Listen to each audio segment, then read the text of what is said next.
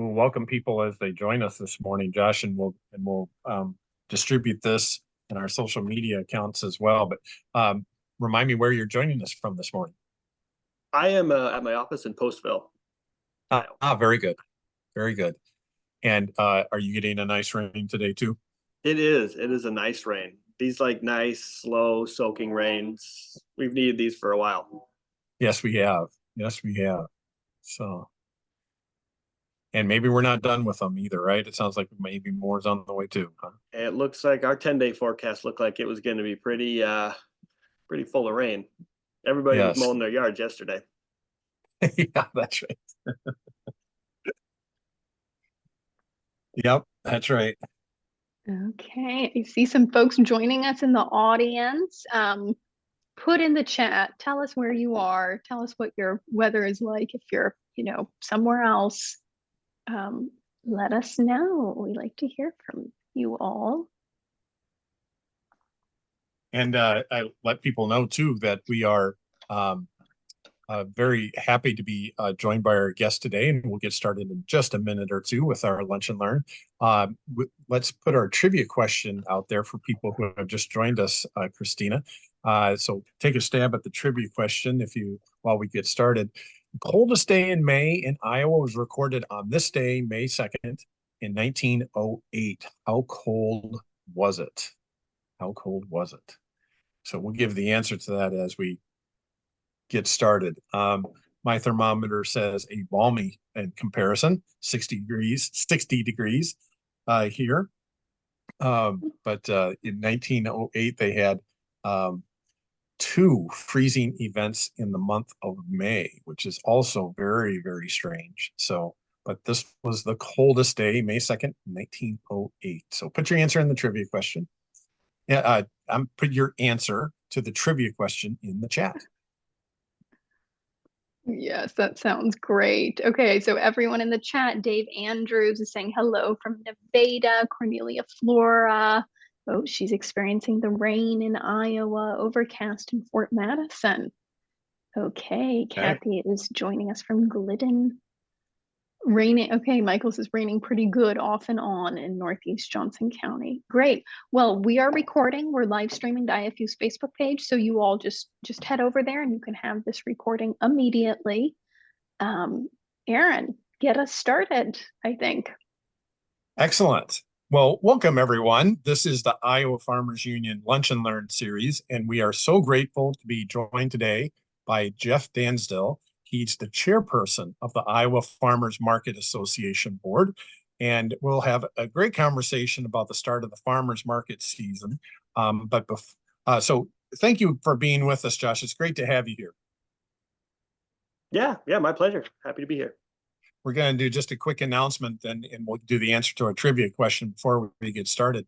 The Iowa Farmers Union does our weekly lunch and learn every week at Thursday at 12:30, just like we are now. Next week, we'll be joined by Jen Terry. She works with the Polk County Board of Supervisors, and she's the project lead on an exciting water quality initiative taking place in central Iowa. So we'll look forward to seeing Jen and having a great conversation next week. Check your social media, check your emails for all the information about next week's Lunch and Learn.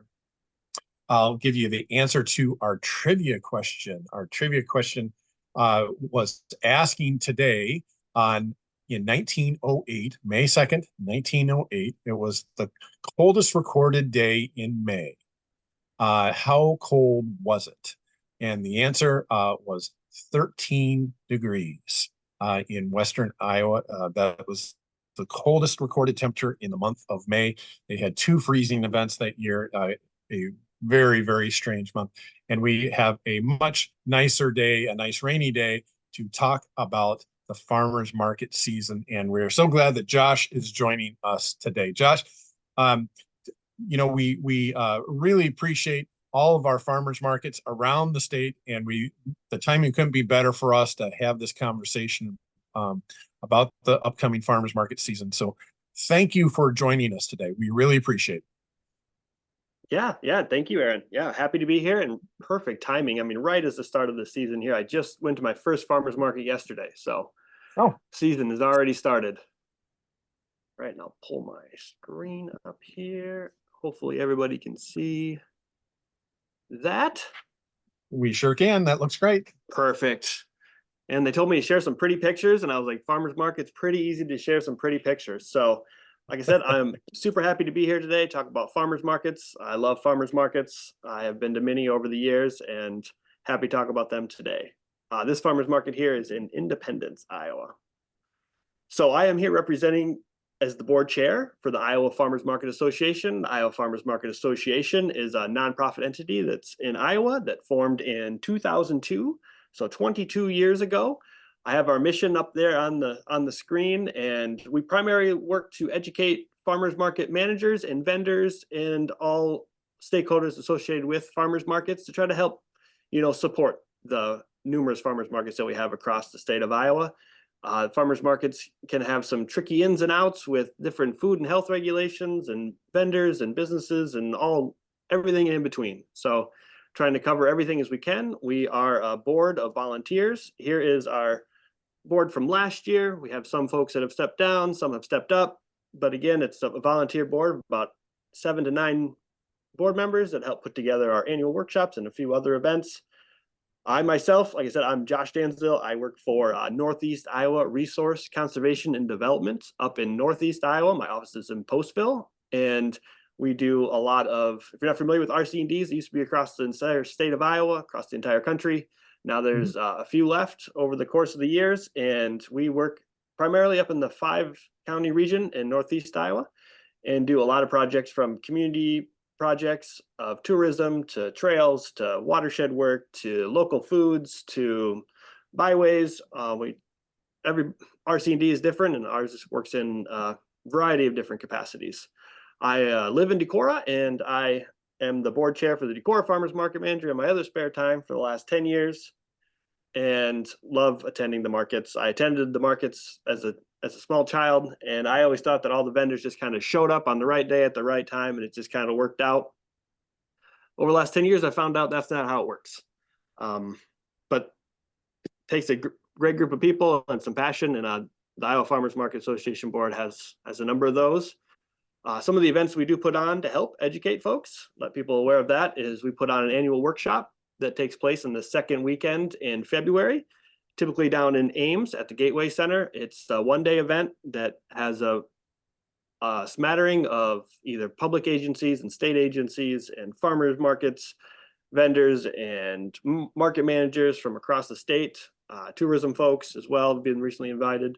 And it's just a great one-day event where everybody's kind of gearing up to start the farmers market season. You don't think it usually starts in February, but that's when actually a number of these folks start turning the calendar over and start thinking about next year and getting vendors all lined up and signing up for food nutrition programs and meeting with state agencies from IDOLs. And it's a great event that we're actually be able to meet face to face. We all love virtual opportunities being in this big state of Iowa, but if we can all get together that one time a year just to kind of meet the person that you're talking to again, that's always great to do. Yep, so that one usually opens registrations in January. If you're interested, more the merrier.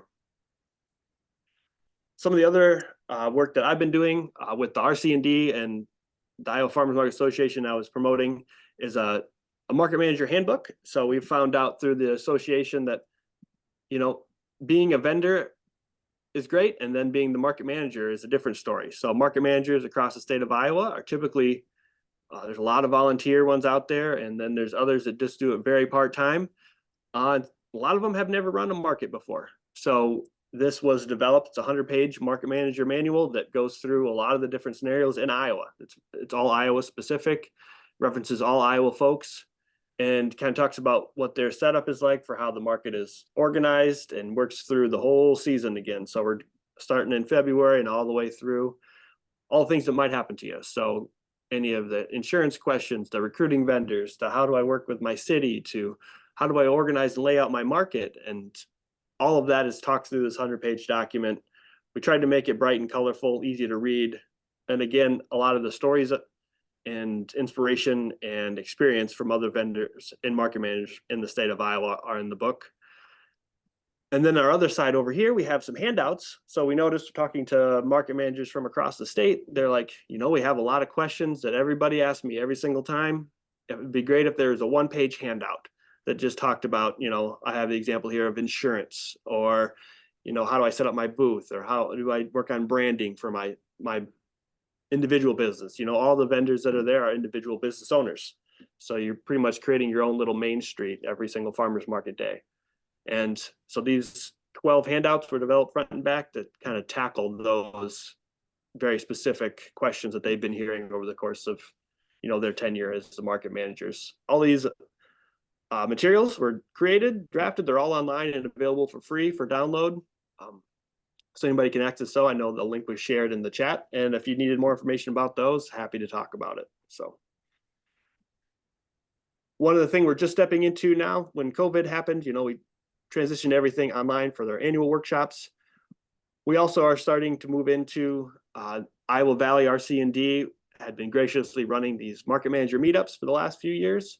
Now, as the Iowa Farmers Market Association, we've been asked to, take these on. So they're just monthly meetups with market managers from across the state of Iowa with one key topic to talk about, usually like health and safety or food nutrition programs or vendor recruitment, and just kind of an opportunity for the in-season help that market managers could be seeking. If they're like, I'm dealing with the city's doing construction on my site, or we had this incident where insurance was brought in. Has anybody else dealt with this? And it's an opportunity for market managers to, speak face to face and try to get those questions right in the middle of the season. So if you're interested in those, please reach out. Those are just transitioning over to Iowa Farmers Market Association, and all those should be on the website as well for dates.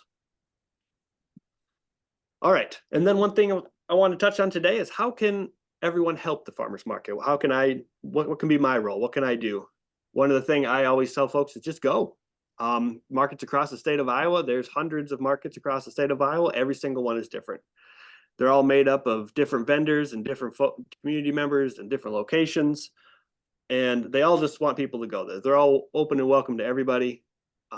Here in this case, this one is actually in Decorah, where I'm from. And the line here was before the whistle actually went off, because this the lady in the tent here, she sells out very quickly. So this line is already before the IFMA bell has rung, and everybody's anticipating the start for the season. So everybody's local favorites. I know soon strawberry season will be upon us, and there will be lines of folks out there to get the strawberries, and you see them walking away with the whole crate of strawberries. So my first suggestion is go out there, find your local favorites. And if you haven't been, try new ones. I myself have been to close to 50 farmers markets across the state of Iowa.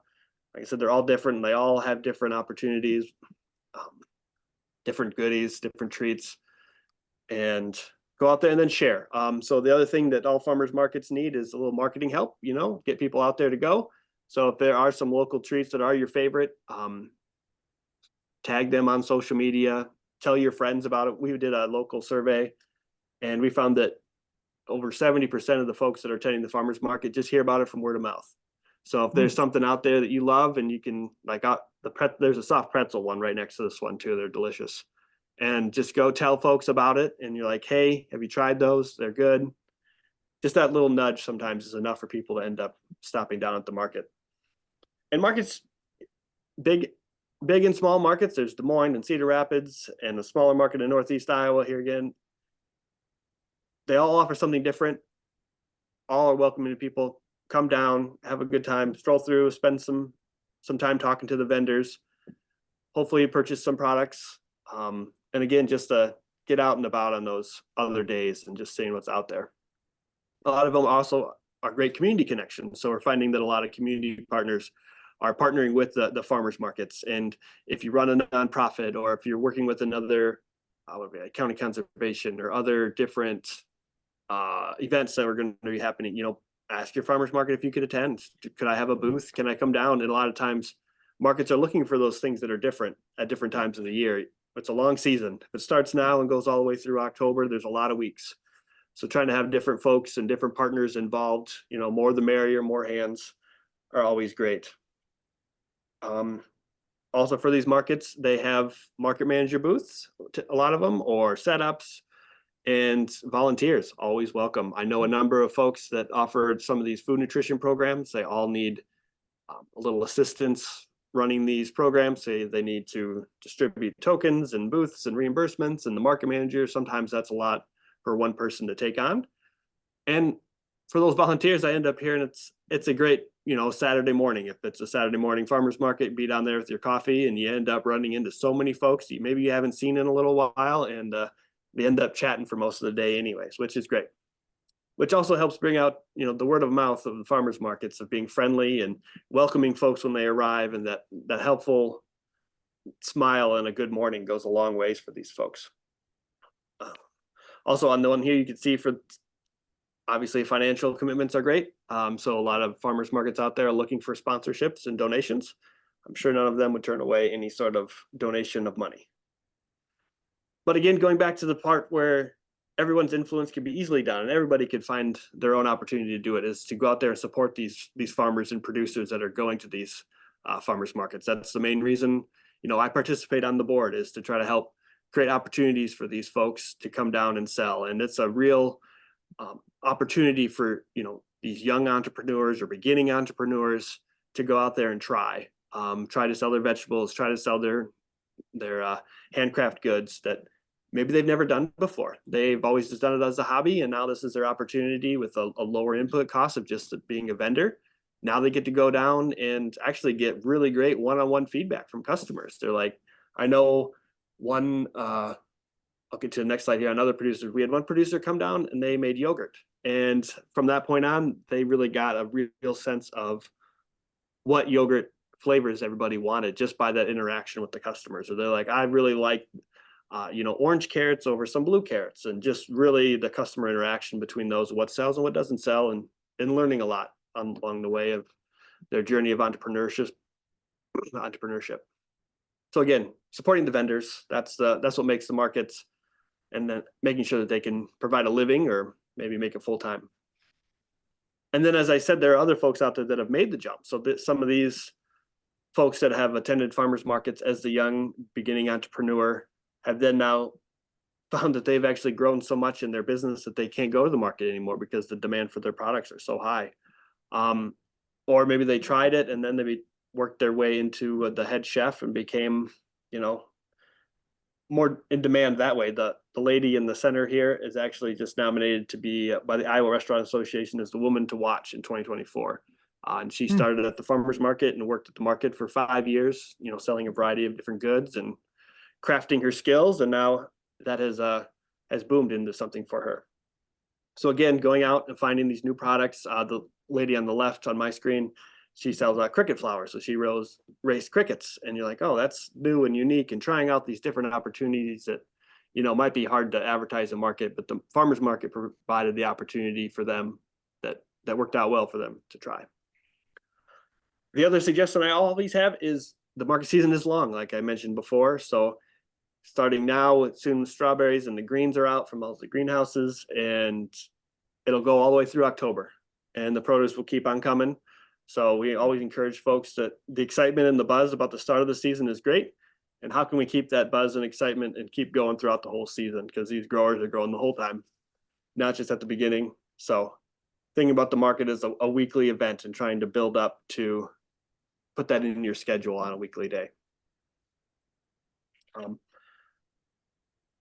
I'm here supporting farmers markets, and they're across the state of Iowa. I really do encourage folks to just reach out to either the market manager, whoever operates their market, if you are interested in, volunteering or financial sponsorship, or being a market partner by attending as a nonprofit or another agency promoting an event, or if you're interested in being a vendor and trying to sell, I have a side hustle of eggs, or I'm trying to try out a new pastry good. It's an opportunity for a lot of folks to get out in there and really try their hand at entrepreneurship and really try to grow that as an opportunity for them. And it's a great learning experience. We recently had a market goer they had their daughter go, and she was selling eggs, and she probably was 12, maybe 13. And she had to sign up, her price for eggs, and she was raising money to buy a pony. And I had never seen someone sell out of eggs so fast at a farmer's market. So, Oh, but yes, that's a great story, Josh. Thanks. That's a great story. So, we're getting a few questions in, and if you don't mind, I'd run them past you. The first one asks, who typically is operating the farmers market? Is it a nonprofit? Is it a city or a county organization? Who's typically running the local farmers market in Iowa?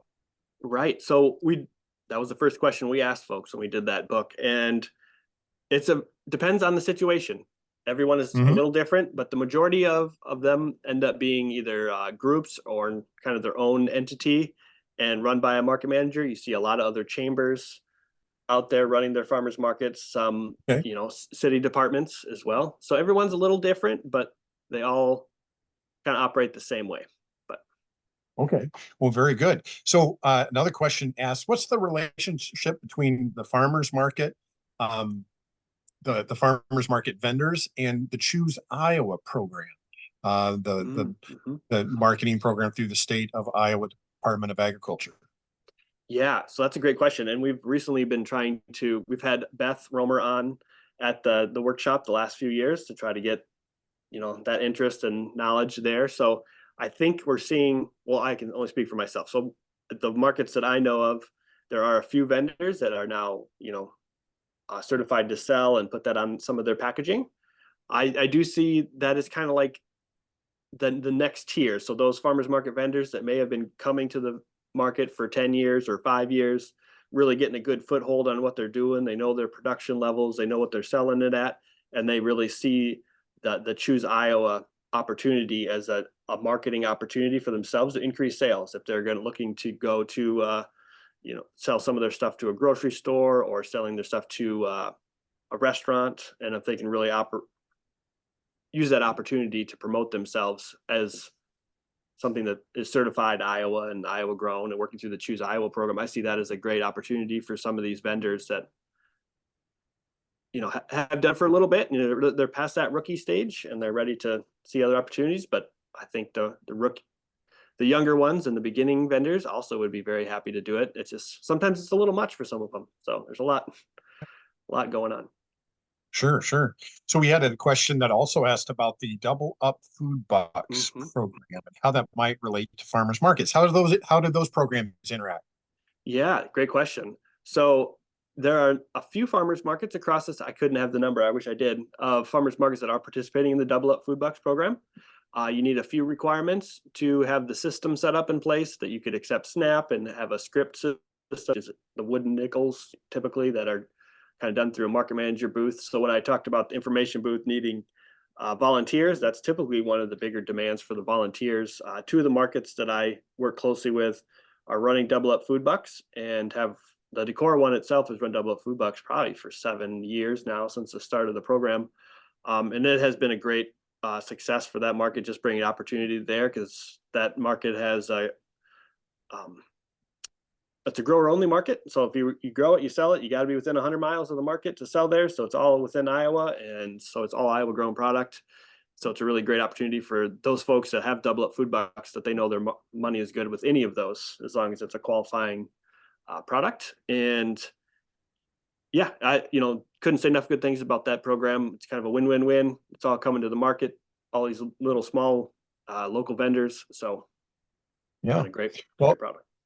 We know that insurance questions are always top of mind for folks in agriculture, whether they're a farmer or a vendor. What's the most common insurance question that comes up with the association?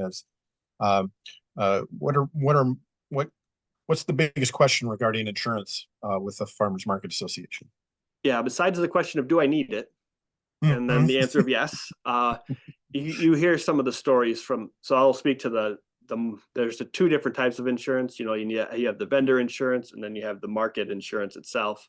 And we just encourage folks to have layers of insurance on there. And for the markets themselves, you talk to a few, and it only takes one bad story to say what happened and how this happened this way and that happened this way. You hear some of the stories from those market meetups and even just in person, and you're like, Okay, now that's noted. But insurance, yep, it's there. You need it. A lot of the folks that we work with too, when they have markets that operate on city property, it actually ends up being a requirement for all farmers markets that operate on city property to have insurance to a certain liability level.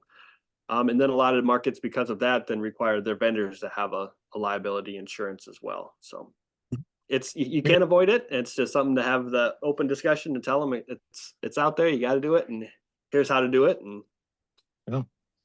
We had another question that asked, we heard of the surge in interest in farmers markets and farmers markets having to adapt during the pandemic. Now that we've come out of the pandemic, still dealing with after effects. How have farmers markets transitioned from pandemic to post-pandemic activities? Right. Yeah. The pandemic time was a real adjustment for folks, and really trying to figure that all out, as it was for everybody.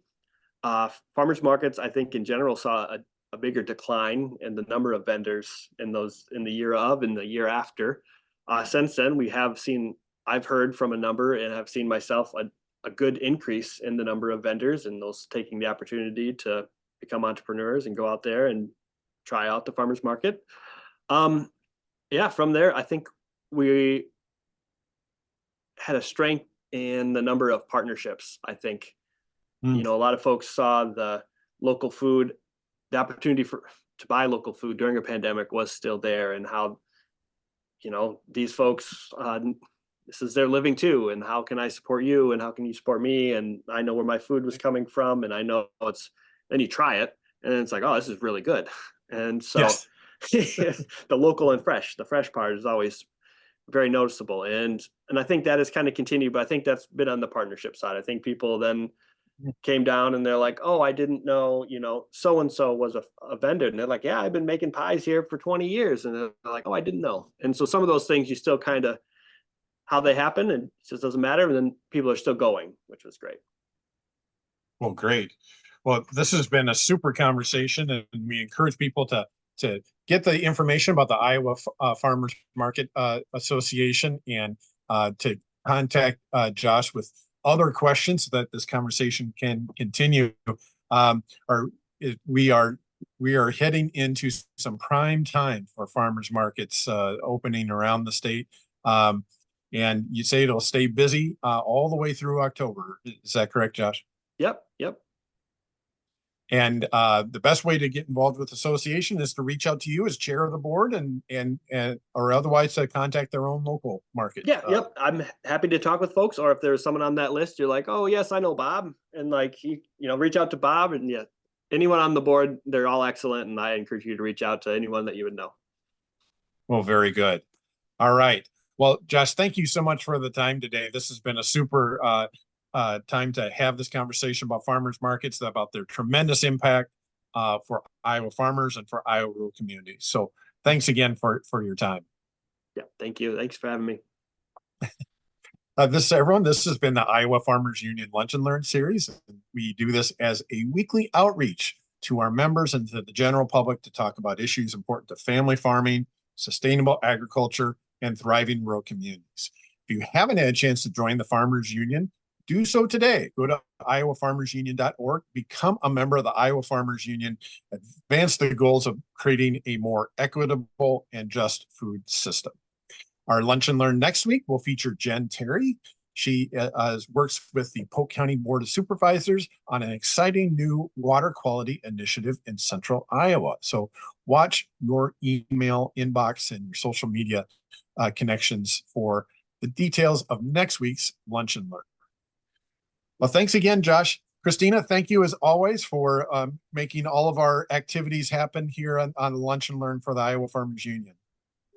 Thanks, everyone. Have a good day, everyone. Bye.